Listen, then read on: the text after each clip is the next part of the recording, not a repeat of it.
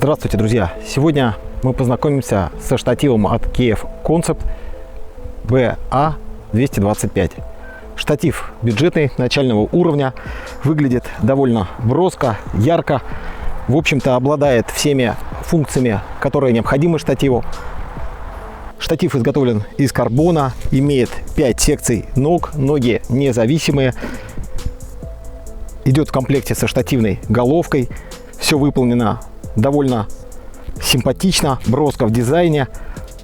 Функции все стандартные. Головка шаровая, есть штативная площадка с прорезиненной основой, есть полноценный винт для крепления резьбы, фотокамеры или объектива, есть стандартный уровень, пузырьковый уровень в наличии. Управление простое. Весит штатив всего 1 килограмм и обладает достаточно скромными размерами. Но, как вы видите, я среднего роста, 178 сантиметров, и этот штатив для меня, в принципе, немного маловат. Он подойдет людям более низкого роста, женщинам, ну и тем, кто не обойдется без штатива в дальних путешествиях и выбирает каждый лишний грамм.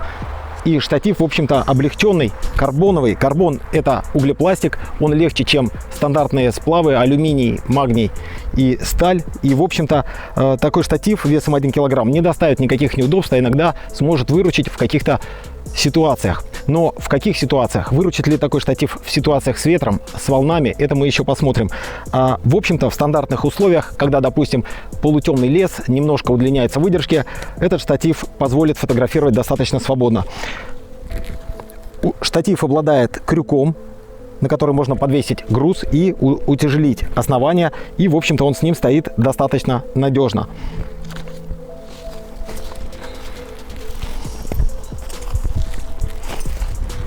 Давайте рассмотрим конструкцию немного подробнее. Сложим все ноги, которые складываются, в принципе, легко. На ногах полуоборотные цанги. Но, как вы знаете, вот смотрите, последняя секция задвигается не очень хорошо, не очень удачно. Какой-то люфт присутствует, и задвигать ее, да и остальные не очень гладко. Приходится отворачивать посильнее.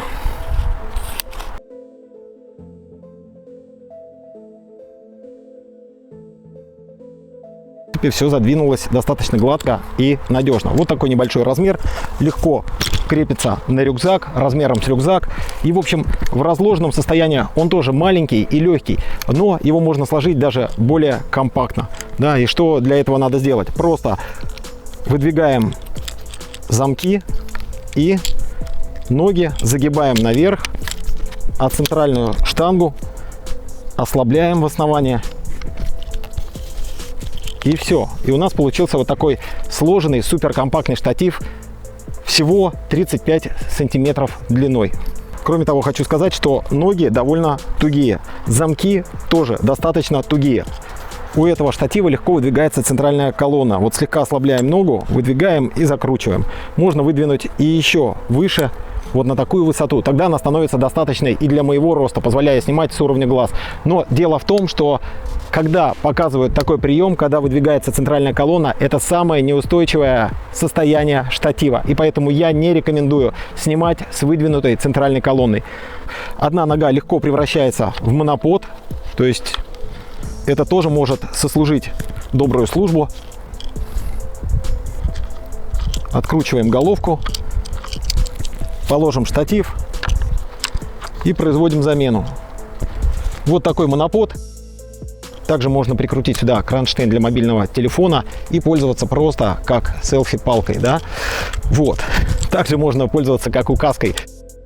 Ножки этого штатива независимые, и можно замки перекидывать на 3 ступени, раскладывая ноги в произвольном порядке. Пожалуйста, хотите вот так, а хотите очень тугие крепления. Для меня это, конечно, очевидное неудобство. А можно еще ниже положить этот штатив и снимать от уровня земли. Правда, его устойчивость на вытянутых ногах оставляет желать лучшего. Центральная колонна этого штатива легко перекидывается убрав крючок, можно перекинуть колонну и поставить ее вниз головой, что, в общем, удобно при макросъемке и при каких-то сюжетах, когда вам камеру надо опустить максимально низко. Пожалуйста. Вот в каком-то таком положении, закрепив камеру, можно проводить съемку с уровня земли. Также центральная колонна легко удаляется и вовсе. Но, к сожалению, штативную головку на основание прикрутить невозможно.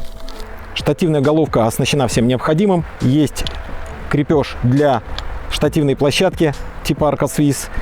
Есть пузырьковый уровень для выставления горизонта.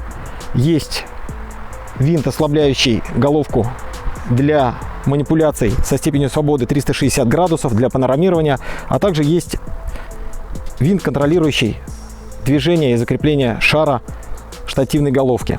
Есть необходимый паз, который позволяет установить фотокамеру на бок. То есть все необходимое в этом маленьком штативе присутствует.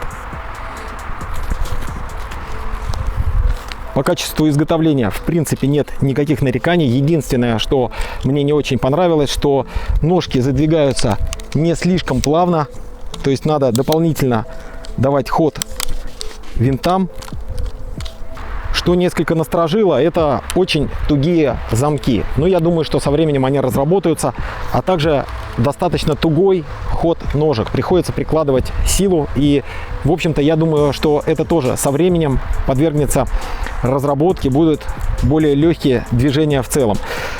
Цанги. Цанги прорезинены. Основание у них пластиковое. Сами цанги металлические.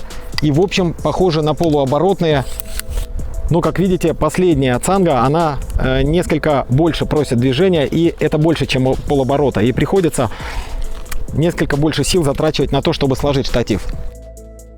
Прорезиненные наконечники ног не слишком мягкие. Думаю, что где-то будут скользить. Лучше бы это была более такая вязкая резина. А также они несменные. Это означает, что сюда нельзя вкрутить шипы. Друзья, основные преимущества этого штатива – компактность и легкость. Достаточно продуманная конструкция, элегантный дизайн, яркий, броский, современный, молодежный, хорошие материалы, карбон, металл, немного тугой ход замков и ножек, я думаю, со временем это разработается, а также вполне приемлемая головка, штативная площадка плюс пузырьковый уровень. В принципе, это все, что нужно для того, чтобы справиться с длинными выдержками в простых условиях. А вот как ведет себя штатив на ветру или в волнах, это надо посмотреть дополнительно. Давайте попробуем протестировать его в реальных условиях.